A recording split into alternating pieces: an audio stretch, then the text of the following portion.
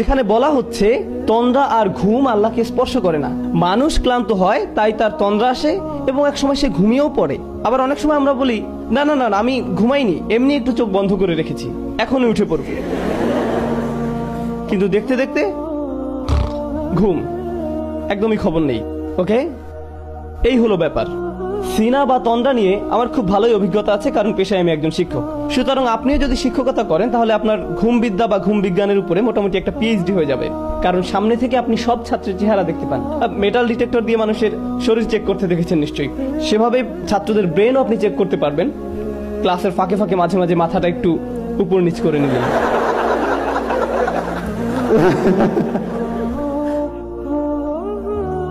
এই হলো দ্বিতীয় বাক্যের আলোচনা, ঘুম না ক্লান্তি ও ঘুম নিয়ে, তন্দ্রা এবং ঘুম সম্পর্কে। শেষ দিক থেকে দ্বিতীয় বাক্য কি? ওয়ালা ইয়াউদুহু হিফযুহুমা, আকাশ এবং জমিন পাহারা দিয়ে আল্লাহ ক্লান্ত হন না। যখন কেউ ক্লান্ত হয়ে যায় তখন তার তন্দ্রা আর ঘুম পায়। দ্বিতীয় বাক্যের সাথে শেষ দ্বিতীয় বাক্যের এই হলো চমৎকার মিল। লা তাখুযুহু সিনাতু ওয়ালা নাওম ওয়ালা ইয়াউদুহু হিফযুহুমা। আল্লাহ বলছেন লাহু মা ফিস সামাওয়াতি ওয়া মা ফিল আরদ, আসমান এবং জমিনে যা কিছু আছে সব তিনি নিয়ন্ত্রণ করেন। এই বিষয়ে কথা বলার আগে দুটি বাক্য, আল্লাহর দুটি নামের মধ্যে পার্থক্য বুঝতে হবে, মালিক এবং মালিক। আল্লাহর দুটি নাম মালিক ও মালিক, দুটি শব্দের মধ্যে পার্থক্য ধরতে পারলে আয়াতটা বুঝতে সহজ হবে, এই জন্যই বলা। মালিক শব্দের অর্থ অধিকারী, মালিক অর্থ অধিকারী, আর মালিক শব্দের অর্থ আগে একবার বলেছিলাম, মালিক অর্থ রাজা। রাজা আর অধিকারীর মধ্যে কোনো পার্থক্য আছে? আছে। আপনি আপনার কলমের মালিক, কিন্তু আপনি বলেন না যে আমি এই কলমের মহান রাজা। আপনি এমনটা করেন না, কারণ আপনি জানেন এটা একটি হাস্যকর কথা। বুঝতে পেরেছেন? মালিক হয় ছোট জিনিসের, আপনি হতে পারেন গাড়ির মালিক, কম্পিউটারের মালিক, মোবাইলের মালিক, কিন্তু আপনি এর রাজা নন।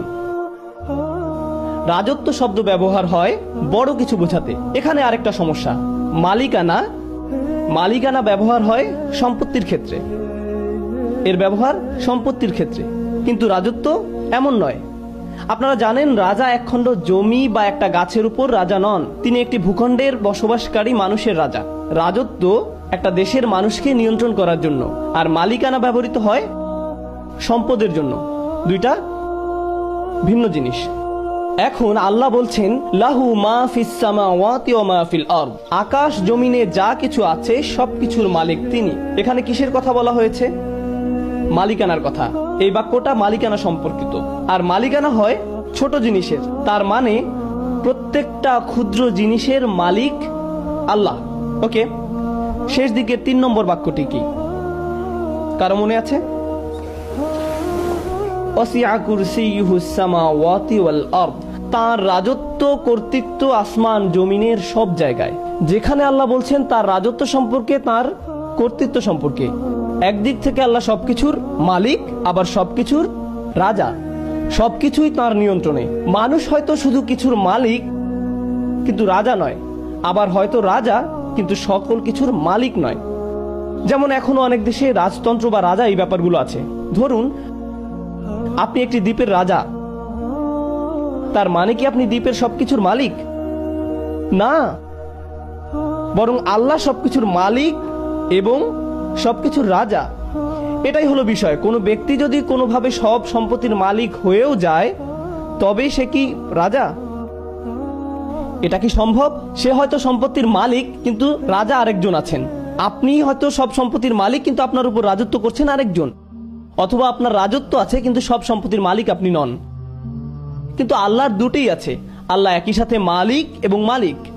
আল্লাহ তার মালিকানার কথা বলছেন এভাবে, লাহু মা ফিস সামাওয়াতি ওয়া মা ফিল আরদ, তৃতীয় বাক্য। আর তার রাজত্বের কথা বলছেন ওয়াসিআ কুরসিয়ুহুস সামাওয়াতি ওয়াল আরদ। আচ্ছা, এবার চতুর্থ বাক্য কি? পিছন থেকে পড়ে আসি। আল্লাহু লা ইলাহা ইল্লা হুয়াল হাইয়ুল কাইয়ুম লা তাখুযুহু সিনাতুন ওয়ালা নাওম লাহু মা ফিস সামাওয়াতি ওয়া মা ফিল আরদ। এরপর মান যাল্লাযী ইয়াশফাউ ইনদাহু ইল্লা বিইযনিহি, আল্লাহ বলছেন কে আছে তার কাছে তার অনুমতি ছাড়া শাফায়াত করবে। লক্ষ্য করুন, শাফা কি? শাফা শব্দের সহজ অর্থ হলো মধ্যস্থতা। আরো সহজ করে বললে শাফা মানে কারো মাধ্যমে যোগাযোগ করা। আরো সহজ করে বললে শাফা মানে কারো মাধ্যমে সুপারিশ করা।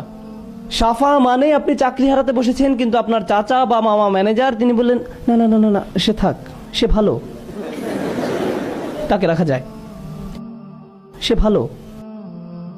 এটাই হলো শাফা। কিয়ামতের দিন যখন আমরা চরম বিপদগ্রস্ত থাকবো, তখন কেউ একজন এসে বলবে না না না না, সে থাক, সে আমার সাথে, তার জন্য সহজ করুন। আমরা চাইবো যেন আল্লাহ আমাদের জন্য রাসূল সাল্লাল্লাহু আলাইহি সাল্লামের শাফায়াত কবুল করেন, কিন্তু আল্লাহ বলছেন সেদিন তোমার জন্য সুপারিশ করতে কেউ আসবে না। তোমার চাচা, তোমার ভাই, তোমার বাবা, তোমার মা, অফিসের বস, কেউ না। কেউ বলবে না আল্লাহ সে ভালো, সে থাক।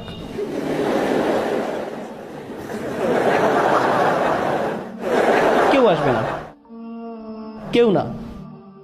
এখন তো এমন করার সুযোগ আছে যে তুমি আমার লোক, এই নাও ভিআইপি পাস, তুমি চলে যাও। না না না না না, সেদিন এই সুযোগ থাকবে না, কোনো ভিআইপি টিকিট থাকবে না। একমাত্র ব্যতিক্রম হলো যদি আল্লাহ কাউকে অনুমতি দেন। সুতরাং এই বাক্যে বলা হচ্ছে কারো কোনো ক্ষমতা নেই সুপারিশ করার যতক্ষণ না আল্লাহ তাকে অনুমতি দেন। কেউই সুপারিশ করতে পারবে না, কিন্তু একটু ব্যতিক্রম আছে। সেই ব্যতিক্রমটাই হচ্ছে গুরুত্বপূর্ণ। সেই ব্যতিক্রমটা হলো কি, যদি আল্লাহ অনুমতি দেন। বুঝা গেল? আচ্ছা, ওয়ালা ইউহিতুনা বিশাইইম মিন ইলমিহি, তারা কিছুই জানে না, তারা তার জ্ঞানের পরিধির কিছুই জানে না, ইল্লা ছাড়া, বিমা শা। চতুর্থ এবং ষষ্ঠ বাক্য দুটোই হলো আল্লাহর ঘোষণা এবং ব্যতিক্রম হিসাবে তার দেয়া সুযোগ সম্পর্কে। তার ঘোষণা হলো কারো সুপারিশ করার ক্ষমতা নেই, কিন্তু ব্যতিক্রম হলো যাকে আল্লাহ অনুমতি দেন। তাদের কোনো জ্ঞান নেই, কিন্তু ব্যতিক্রম হলো যাকে তিনি জ্ঞান দিতে চান সে। অন্যথায় তারা কিছুই জানে না। ওয়ালা ইউহিতুনা বিশাইইম মিন ইলমিহি ইল্লা বিমা শা। চতুর্থ আর ষষ্ঠ বাক্যের এই হলো চমৎকার মিল। প্রথম আর নবম বাক্য, দ্বিতীয় আর অষ্টম, তৃতীয় আর সপ্তম, চতুর্থ আর ষষ্ঠ। কি বাকি আছে? মধ্যের বাক্য। তিনি বলছেন ইয়ালামু মা বাইনা আইদিহিম ওয়া মা খালফাহুম। তিনি বলছেন তিনি মানুষের সামনে এবং পেছনে যা আছে সব জানেন। তিনি জানেন আয়াতের পেছনে যা ছিল এবং সামনে যা আছে। তিনি আয়াতের মাঝখানে এই বাক্যটা দিলেন আর বলছেন সামনে পেছনে যা আছে আমি জানি। কে এভাবে বলতে পারেন? কে পারেন? সুবহানাল্লাহ। এভাবেই আল্লাহ তার কথা বলেন, এভাবেই আল্লাহ তার বক্তব্য তুলে ধরেছেন। কেন আমরা বুঝতে পারি না? সমস্যাটা কোথায়? কারণ আমরা কোরআনকে একটা সাধারণ বইয়ের মতো পড়ে যাই, আমরা একটা সাধারণ লেখার মতো পড়ে যাই। আমরা গণনা করি 1 2 3 4 5 6 7 8 9। সাহাবায়ে কেরামরা কি এমনটা করেছেন? নাকি রাসূল সাল্লাল্লাহু আলাইহি ওয়াসাল্লাম তাদেরকে বলেছেন লক্ষ্য করো বাক্য নম্বর 1, বাক্য নম্বর 9, 2 নম্বর আর 8 নম্বর, 3 নম্বর আর 7 নম্বর? না, কারণ তিনি শুধু কোরআন বলে গেছেন, বক্তব্যের মতো তিনি শুধু কোরআন বলে গেছেন। আজ আমরা এটা দেখতে পাই যখন সাহাবায়ে কেরামরা এটা লিখে গেছেন। কোরআন সকল বক্তব্যের চেয়ে সম্পূর্ণ নির্ভুল, এমনকি এটা বক্তব্য হওয়া সত্ত্বেও। আর কখন ভুল হওয়ার সম্ভাবনা বেশি থাকে? কিছু লিখলে না বললে। একবার কিছু লিখে ফেললে আর সেটা ফেরানোর উপায় নেই। যেমন ইউটিউবে একবার কিছু আপ করে ফেললে যা হয় আর কি। ধরুন যদি আপনি কাউকে একটা খারাপ মেইল লিখলেন, এরপর পাঠানোর আগে ভাবলেন এটা পাঠানো ঠিক হবে কিনা, এরপর ঈদ মুবারক লিখে পাঠিয়ে দিলেন। একবার সেন্ড করে দিলে আর ফেরাতে পারবেন না। পাঠিয়ে দিলেন তো দিলেনই, এরপর আর পাল্টানোরও সুযোগ নেই বা ফেরানোরও কোনো সুযোগ নেই। আল্লাহ সুবহানাহু ওয়া তাআলা কোরআনকে লিখিত অবস্থায় নাজিল করেননি, তিনি এটা বক্তব্য আকারে নাজিল করেছেন। এটা বক্তব্য আকারে নাজিল করেছেন। আপনারা জানেন আমি ভাষাবিদদের সাথে কথা বলেছিলাম, অমুসলিম ভাষাবিদ। তারা এটা বিশ্বাস করতে অস্বীকার করেছে যে কোরআন বক্তব্য। তারা অস্বীকার করেছে, বলেছে অবশ্যই এটা লিখিত। আমি বললাম হ্যাঁ এটা লিখিত, তবে পৃথিবীতে না, এটা লাওহে মাহফুজে লিখিত আছে। কিন্তু রাসূলুল্লাহ সাল্লাল্লাহু আলাইহি সাল্লামের উপর নাজিল হয়েছে বক্তব্য আকারে।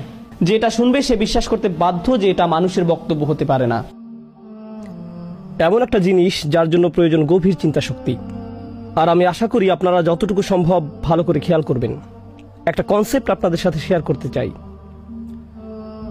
আর যদি ভালো মনে হয় আরো একটা উদাহরণ শেয়ার করতে পারি।